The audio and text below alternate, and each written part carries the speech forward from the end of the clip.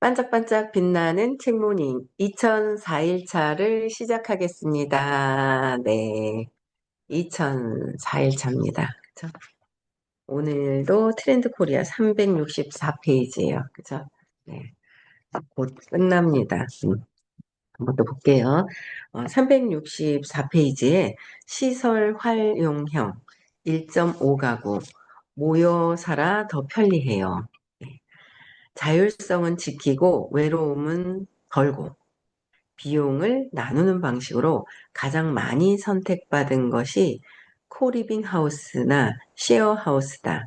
이 공간들은 단순히 방을 나누어 쓰는 하숙집의 개념이 아니다. 각자의 최소한의 개인 공간은 보장되지만 넓은 거실과 주방, 때로는 작업실이나 루프탑 같은 매력적인 공용 공간 0.5를 함께 공유하며 커뮤니티를 형성하도록 설계되어 있다. 2025년 2월 기준 서울의 코리빙 하우스는 7,371가구로 2016년 대비 4.8배가 늘었다. 연간 약 30% 성장한 셈이다. 주거가 공간에서 서비스로 전환하고 있는 것이다. 공간에서 서비스. 최근 주거 서비스의 트렌드를 살펴보자. 제가 정신이 없어서 이걸 또 안 틀었네요. 잠깐만요.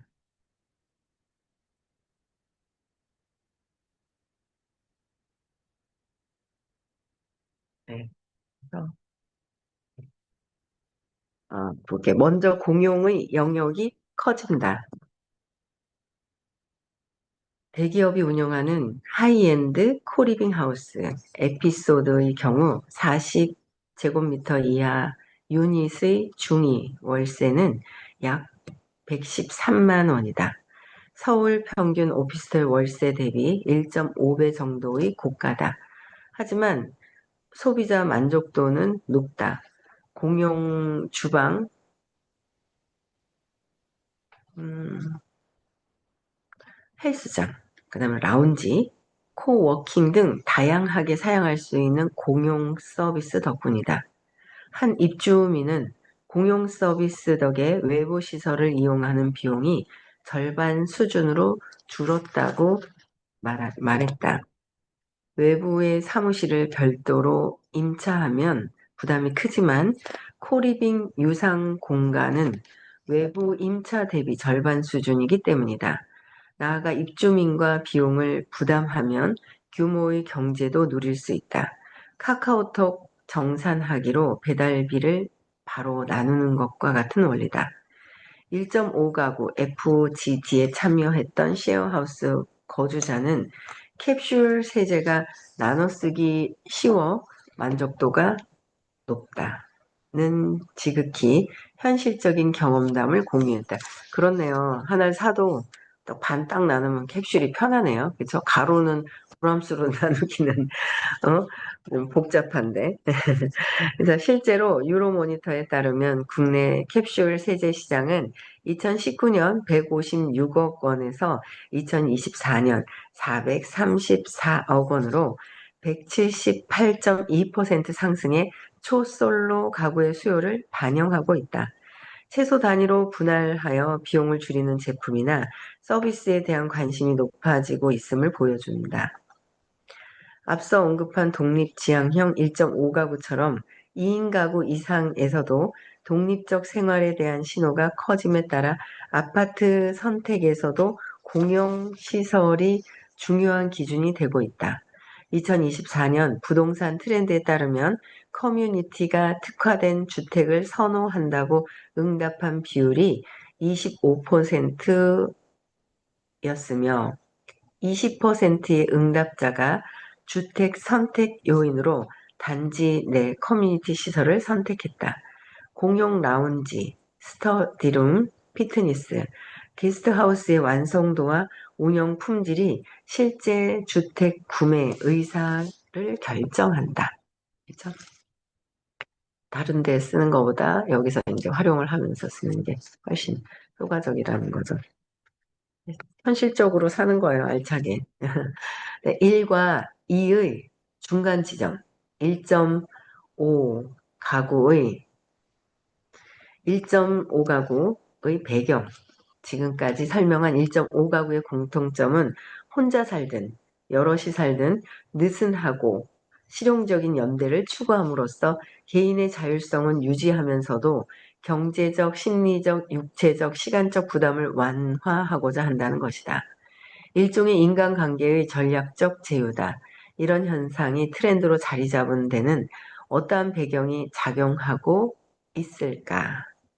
초솔로 사회.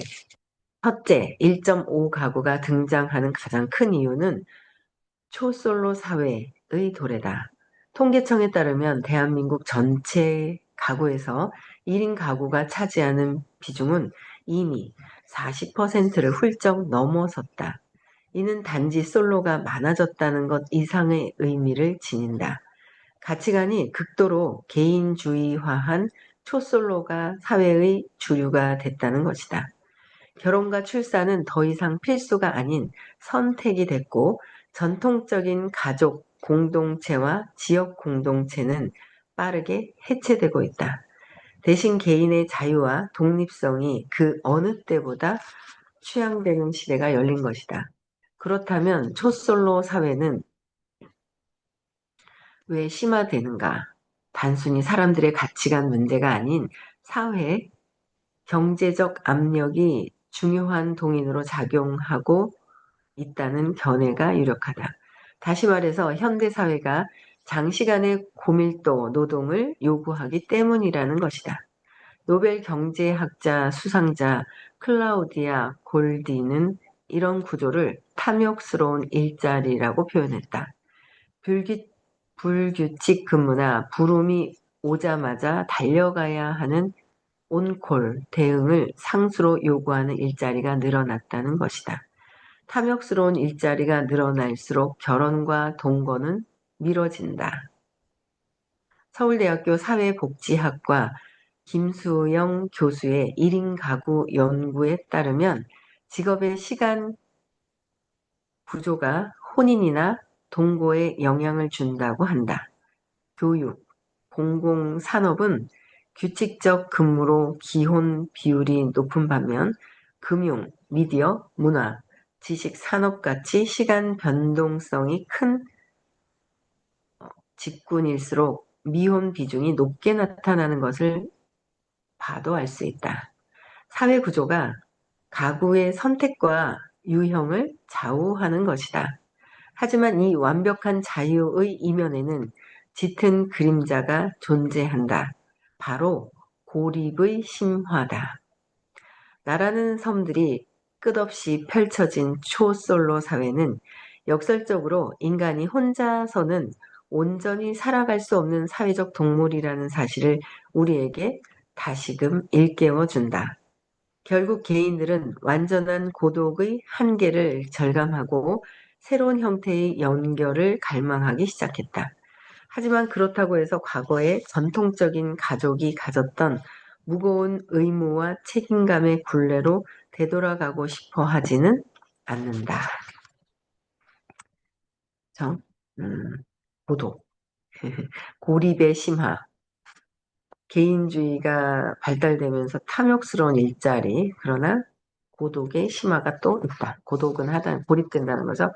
어쨌든 경제적 또 그다음 필요 내볼게요. 1.5가구의 등장은 1인 가구의 취약을 넘어서려는 노력이다. 혼자 사는 사람들이 늘어나면서 정서적 외로움에 더해 경제적 문제도 중요한 과제가 되고 있다. 혼자 살면 가족이 함께 살아가는 규모의 경제를 누릴 수 없기 때문에 생활비가 더 많이 든다. 여기에 인플레이션과 경기 둔화가 겹치며 주거비, 식비, 생활비 같은 고정비는 계속해서 상승하고 있다. 천정부지로 쏟은 주거비와 생활비, 그리고 불안정한 소득 구조 속에서 혼자 모든 것을 감당하는 것은 점점 더 버거운 일이 되고 있다. 특히 서울과 같은 대도시에서 괜찮은 원룸의 월세를 혼자 부담하는 것은 사회 초년생이나 프리랜서에게는 큰 압박이다. 그래서 1인 가구의 1.5 가구화, 즉 공간 공유와 합리적 비용 부담은 어쩔 수 없는 생존 전략이 됐다. 특히 젊은 층과 은퇴 후 소득이 고정된 시니어에게 유효하다. 1.5 가구 FGD 젊은 참여자는 혼자 살 땐 월급이 월세와 식비로 사라졌는데 친구와 살며 저축이 생겼다고 말했다. 외로움 완화도 있지만 핵심은 비용 구조의 최적화다. 이 선택은 삶의 질도 올린다. 줄어든 지출을 최근 젊은 세대의 화두인 자기계발이나 취미에 돌릴 수 있게 된다. 이 현실적 효용이 1.5 가구를 일시적 유행이 아니라 지속 가능한 생활 방식으로 만든다. 그럼 1.5 가구 시대의 비즈니스 전략은 어떻게 해야 될까? 그쵸? 볼게요. 새로운 생활 패턴의 등장은 언제나 새로운 시장을 만들고 정책적인 대응도 필요로 한다. 1.5 가구라는 과거에는 존재하지 않았던 소비 집단의 부상은 새로운 대응을 요구하고 있다. 이들은 1인 가구처럼 완전히 독립적이지도 전통 가족처럼 모든 것을 공유하지도 않는다. 바로 그 사이에 미묘한 지점에 이들만의 특별한 욕구가 존재하며 이 욕구를 정확히 파고드는 기업에게 기회가 주어질 것이다. 행정과 정책 역시 마찬가지다. 그동안 다인 가구 위주의 정책에서 1인 가구를 위한 정책으로 초점이 이동해 가는 가운데 이제 1.5 가구의 생활 패턴을 지원할 수 있는 사회적 배려가 필요하다. 그래서 상품과 서비스, 적정거리를 팔아라. 1.5 가구의 가장 핵심적인 특징이자 딜레마는 연결되고 싶지만 얽매이고 싶지는 않다는 이중적인 요구다. 참 그렇죠? 연결되고 싶은데 얽매이고 싶지는 않다. 이들이 원하는 것은 무조건적인 친밀함이 아니라 서로의 독립성은 존중하면서도 필요한 만큼만 깔끔하게 연대하는 적정거리다. 바로 이 적정거리를 조율하고 유지해주는 솔루션이 중요한 비즈니스 기회가 될 것이다. 적정거리를 조율하고, 그죠? 적정거리를 유지하며 느슨하게 연대하려는 1.5 가구의 욕구는 필연적으로 우리가 사는 공간, 즉 지구의 형태에 대한 근본적인 질문을 던진다. 전통적인 아파트는 핵가족을 위해 설계됐고 비좁은 원룸은 완전한 고립을 강요한다. 이 두 가지 선택지 모두 1.5 가구의 복합적인 필요를 온전히 충족시키지 못한다. 이들을 위한 새로운 주거 하드웨어로서 코리빙 플랫폼이 진화해 나갈 것으로 보인다.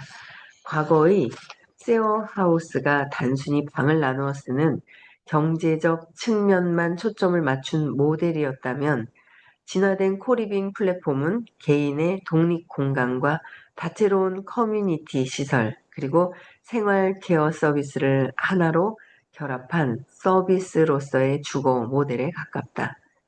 입주민은 단순히 공간을 임대하는 것이 아니라 하나의 완결된 라이프 스타일 패키지를 구독하게 된다. 미래의 코리빙 플랫폼은 모든 사람을 위한 범용적인 공간을 넘어 특정 취향과 가치관을 공유하는 사람들을 위한 테마형 코리빙으로 더욱 진화할 것이다. 창작자들을 위한 크리에이터 빌리지에는 공동 작업실과 녹음 스튜디오 전시 공간이 마련될 수 있다. 스타트업 창업가들을 위한 앙트레프레너 하우스에는 코위킹 스페이스와 미팅룸 그리고 투자자 연결 프로그램이 함께 제공될 것이다. 반려동물과 함께 사는 사람들을 위한 펫 플랜틀리 코리빙이나 활동적인 시니어들을 위한 액티브 시니어 코리빙처럼 특정 라이프 스타일에 맞춘 전문화된 주거 모델의 등장이 예견된다. 궁극적으로 가장 진화한 코리빙 플랫폼은 건물 안에만 갇혀 있지 않고 지역사회와의 통합을 꾀할 것이다. 건물의 1층에는 입주민뿐만 아니라 지역사회와 공유할 수 있는 카페, 서점, 헬스장 등을 운영해 코리빙 하우스 자체가 새로운 동네 사랑방이자 지역 커뮤니티의 허브가 되도록 설계하는 것이다. 미래의 부동산 개발 기업은 더 이상 단순히 건물을 짓는 일이 아니라 새로운 시대의 라이프 스타일을 설계하고 커뮤니티를 운영하는 서비스 플랫폼 기업이 되어야만 한다. 이제 부동산 개발 기업이 서비스 플랫폼 기업으로 바뀌어야 한다라는 거. 그리고 또 새로운 관계를 유지시켜주는 규칙과 장부. 규칙과 장부. 적정거리가 가장 참예하게 첨예하게 요구되는 곳은 바로 전략적 룸메이트와 같이 서로 다른 개인들이 하나의 공간을 공유하는 현장이다. 전략적인 룸메이트예요. 서로 다른 개인들이 하나의 공간을 공유하면서 서로 다른 거예요. 이 정도는 알아서 해주겠지라는 막연한 기대는 종종 갈등의 씨앗이 되곤 한다. 맞죠? 이 정도는 해주겠지. 저 정도는 하겠지. 이게 이제 해결할 수 있는 게 우리 의식 수업이란 말이야. 자기가 살아온 어떤 패턴과 그게 진짜 다 다른 거예요. 모두가 다 달라요. 근데 그거를 그냥 인정하고 내 할 일을 열심히 하면서 인정하고 서로가 잘 적정거리를 유지를 하면서 존중할 수 있어야 되거든요. 그러니까 너무 뭔가를 저 정도는 해주겠지, 이 정도는 하겠지라는 것도 뭐이 정도는 이거 아니야? 저도 그거에서 진짜 있잖아. 한참 아니 이 정도는 하는 거 아니야? 비즈니스면 이 정도는 하는 거 아니야? 라는 생각을 했었거든요. 근데 아니더라고요. 그 살아가고 있는 그 어떤 패턴과 습관이 다 다른 거예요. 다른데 근데 이제 어떤 뭐 A, B, C, D가 이제 쭉 있으면 모든 거를 다 완벽하게 하는 사람은 없어요, 사실. 신만이 모든 것을 이렇게 존재케 하시지만 사람은 완벽한 사람이 없거든요. A, B, C를 잘해도 D를 못하는 경우가 있거든요. 근데 자기의 D 못하는 건 못 보고 A, B, C 잘하는 것만 보고. 제가 그랬다니까요. 제가 못하는 건 못 보고 왜 못할까? 왜 저걸 못할까라고 생각을 했어요. 근데 그 사람이 D를 못하면 못하는 대로의 그 사람의 그 사업의 확장 방법이에요, 그냥. 그걸 뭐라 할 수는 없는 거예요. 그 사람이 잘 되든 못 되든 그 사람이 하고 있는 것은 어떻게 할 수가 없더라고요. 저도 마찬가지예요. 제가 남편도 그렇고 아이들도 그렇고 제가 어떻게 할 수 있는 그런 습관적인 어떤 그런 것들을 제 마음대로 할 수 있는 부분들이 아니거든요. 그런데 우리는 자꾸 뭐야?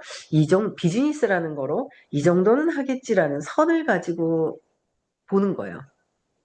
근데 그렇지 않더라고요. 비즈니스라고 해서 다 똑같은 생각으로 하진 않더라고요. 그래서 그거를 이해하는데 저도 시간이 좀 걸리긴 했지만 빨리 이해할수록 내가 편한 거고 늦으면 내가 좀, 왜 저러지 하는 에너지가 높은 게 아니죠. 수용을 할 수 있는, 티멜리트나 블루 다이아몬드 티멜리트가 되려면 350 수용하는 에너지가 의식이 돼야 된다는 거죠. 그죠? 루비가 되고 아부다비 가려면 흔들림이 없어야 돼요. 근데 우리는 뭐야? 돈 때문에 흔들리고, 저 환경 때문에 흔들리고, 저것 때문에 흔들리고, 흔들거리고 있는 거예요. 그러니까 안정적이지가 않은 거죠. 이게 그 에너지와 직급이랑 이제 같이 가는 부분들이 있어요. 그렇죠? 같이 갑니다. 이건 100% 같이 갑니다. 125일 때는 욕망일 때 LY는 쓰고 두려움이 많을 때 100일 때는 LY 동의서도 못 쓰고 125는 LY를 쓰고 근데 125에 LY를 썼는데 돼요? 뜻하지 않게 저항감이 있기 때문에 150에 분노, 화가 일어나서 되지가 않아요. 화가 일어나요. 저항이 있거든요. 네, 125 욕망으로 시작을 하는 거기 때문에. 그래서 150이 되고 175에 또 자존심 상하고 계속 자존심 상하는 걸 왔다 갔다 하게 되는 부분들이 있죠. 그러다 보면 자존심 상하지만 자부심이 나는 대리점 됐어. 그리고 175에 대리점이 되고. 이 에너지하고 너무너무 이게 너무 일치하죠. 그리고 이제 골드 하나의 대리점이 오픈이 되면 이제 하나에서 두 개, 200 용기를 내서 할 수 있구나. 250이 흔들림이 없구나. 나는 이제 사업에 250에 흔들림이 없는 루비 중간 흔들림이 없어. 310 다이아몬드, 350 블루다이아몬드 티멜리트. 티멜리트는 유지되려면 350에 400 정도로 올라가야 유지가 될 수가 있다라는 거죠. 그 진짜 제가요 올라갔다 떨어졌다 올라갔다 떨어졌다 할 때 제 그게 이 의식이 똑같아요. 그래서 저는 인정을 하게 되더라고요. 이 에너지와 이게 맞게 되는 부분들이 있구나라는 걸 하게 되더라고요. 그래서 어쨌든 막연한 기대, 이렇게 하겠지, 저렇게 하겠지라는 건 나의 생각. 나의 생각은 나의 두려움으로부터 올라온, 두려움은 신념에서부터 올라온 거. 그래서 신념은 어떻게 해요? 이게 파괴가 아니라 신념은 해체시켜야 된다. 나의 두려움은 해체시켜야 되는 거지. 갖고 있고 꽁꽁 싸무쳐서 이거를 내가 관철시키려고 하는 것이 아니더라는 거죠. 그렇잖아요. 신념은 해체시키는 거지. 신념을 들고 끝까지 하면은 나를 파괴시키는 게 돼요. 신념을 들고 있는 거는. 신념은 두려움이기 때문에 두려움을 들고 있으면 나를 파괴시키는 거고, 신념을 해체시키는 거는 나를 순수의식으로 데려다주는 역할을 한다는 거죠. 그래서 어쨌든 막연한 기대는 종종 갈등의 씨앗이 되곤 한다는 거예요. 갈등을 만드는 거예요. 내가 이렇게 했으면 저렇게 했으면 하는 바람이 125기 때문에. 왜? 바라는 마음은 내 아이의 두려움으로 생겼기 때문에. 그렇죠? 그러면 상대방들은 또 뭐예요? 그 저항감을 바로 받아요. 저항감을. 이 원리를 이렇게 좀 하면 빨리빨리 좀 이해가 되는 부분 때문에 훨씬 수월해요. 이걸 이제 알고 나니까. 그쵸? 따라서 이들의 관계를 원만하게 유지시켜주는 디지털 도구, 즉 새로운 시대의 규칙과 장부가 필요하다. 생활 규칙 설정 앱이 대표적이다. 룸메이트들은 더 이상 어색하게 얼굴을 맞대고 청소 당번을 정하지 않는다.